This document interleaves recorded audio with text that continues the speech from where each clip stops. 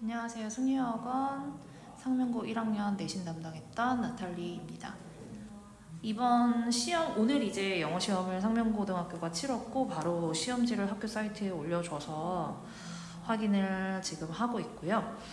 지금 상명고 같은 경우는 지필시험이 언제나 60점, 그 다음에 수행평가가 40점의 비율을 차지하고 있습니다. 수행평가가 적지 않은 비율이기 때문에 평소에 학교 생활을 하면서 수행평가 관리를 제대로 하지 않으면 지필고사에서 아무리 점수를 잘 받는다고 하더라도 등급을 따기가 조금 어려운 그런 학교적 특성이 있고요. 그리고 학교 시험은 사실 시험 범위 같은 경우는 그렇게 많지는 않습니다.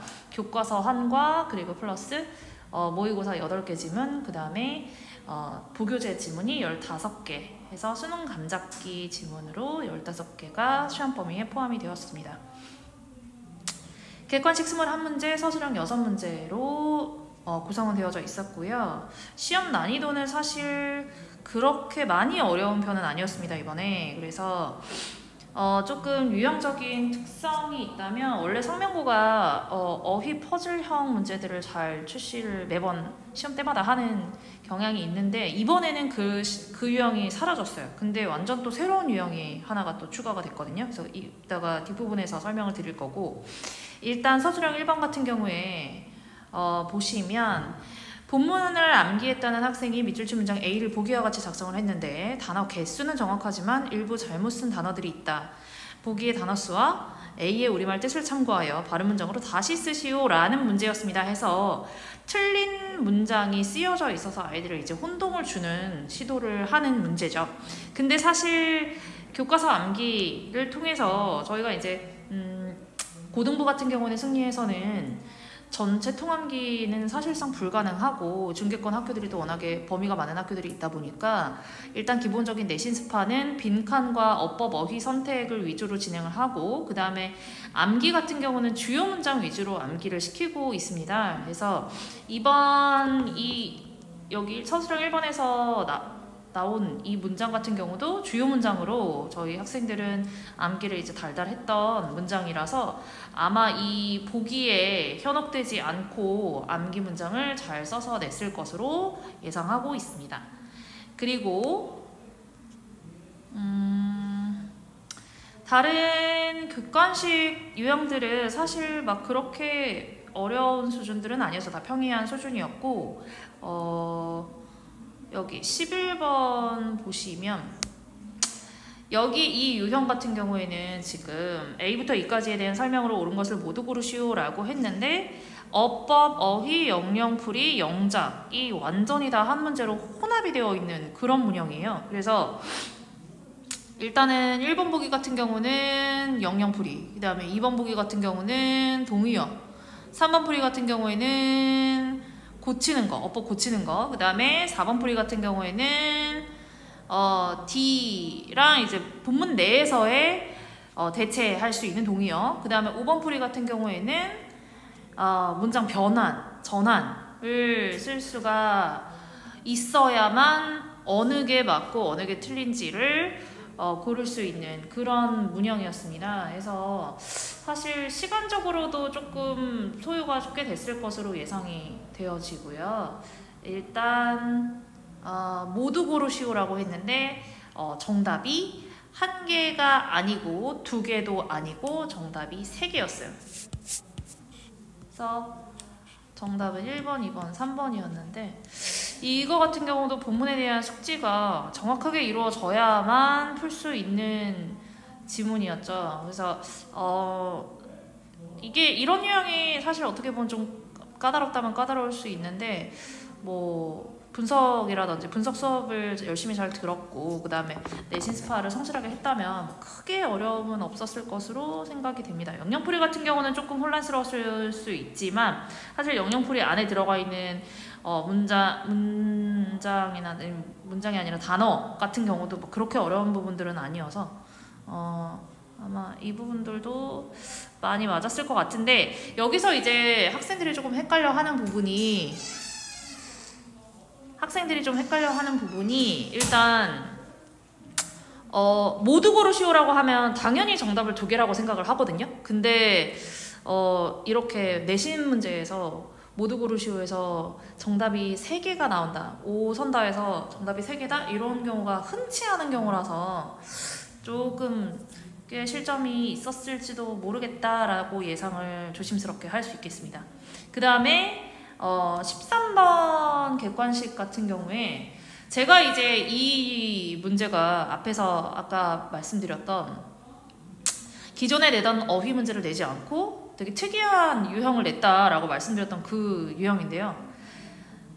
이 글의 주제를 파악하는 것으로 끝나는 게 아니라 보기를 전부 다 해석을 해야 하는 상황이 생깁니다. 지금 보시면 오지 선다의 길이를 보십시오. 자, 이렇게 다 이 정도의 길이입니다. 그러면 모의고사 5개 지문을 새롭게 해석하고 주제를 파악하는 것과 다르지 않아요. 이러면 시간이 굉장히 아마 많이 소모가 됐을 것으로 여겨집니다. 13번 같은 경우에. 그래서 13번은 일단은 정답은 4번이었고요. 그러면 정답을 파악하는데 소요, 그 다음에 뭐 13번 지문 보고서 바로 이거 주제 뭐였지 하고 떠올린다고 하더라도 쉽지 않았을 것으로 예상이 됩니다. 그리고 요약문 변형이라든지 이런 뭐 문단 배열이라든지 이런 거는 뭐 다른 학교들도 비슷하게 나오는 유형이고요. 그 다음에 다른 유형들은 거의 지금 뭐 서술형 같은 경우도 아까 이제 짚었던 그 부분 말고는 지금 다 빈칸 아니면 여기도 빈칸, 그 다음에 어법 수정, 그 다음에 빈칸, 요약문 2가지 유형 이렇게 갔는데 일단 어법이나 빈칸은 저희 승리 학생들 같은 경우는 굉장히 강점이죠. 왜냐하면 내신 스파를 하면서 빈칸과 어법을 계속해서 반복적으로 진행을 하기 때문에 주로 나오는 주요한 어휘들이나 지문별로 주요한 어법 사항들은 완전히 다 숙지를 하고 시험을 본다고 보시면 되겠습니다. 그래서 이런 빈칸들은 오히려 쉬운 유형에 속하고요. 저희 학생들한테는. 이제 요약문 같은 경우는 다시 한번 사고를 전환해야 되는 과정이 필요한 문형이라서 조금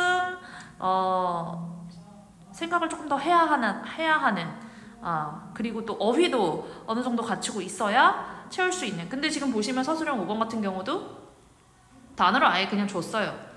네, 그래서 내용 숙제만 제대로 하고 있었다면 막 그렇게 어렵지는 않았을 것 같고, 그 다음에 이제 서술형 6번 같은 경우는 요약문이 아니라 서술형 6번 같은 경우는 이 어퍼젝트가 얘기하는 것이 무엇인가 라고 하는 유형이었거든요. 그래서 보시면 반대라고 했는데 여기 보시면 그녀가 그 반대를 발견했다 하고서 정말 놀랍게도 내가 여기 이 부분이 있죠.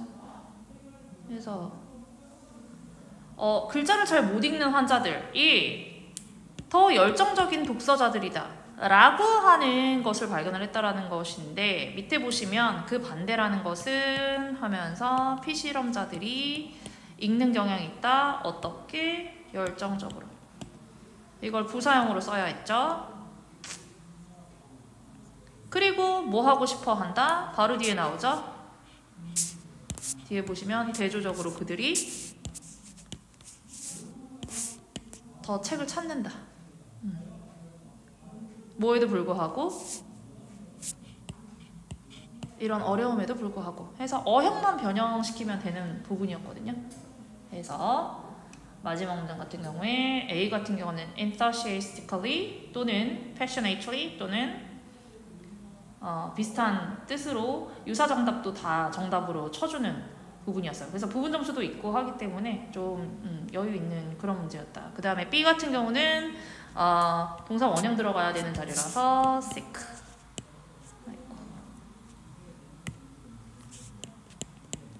이렇게 들어가면 되는 거였고, 여기도 써볼까요? A도?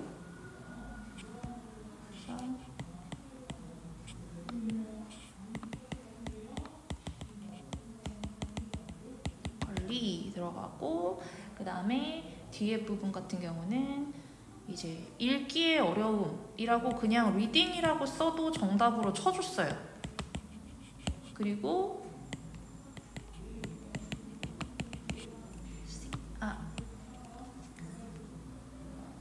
요거 두 가지가 다 정답으로 인정이 됐습니다.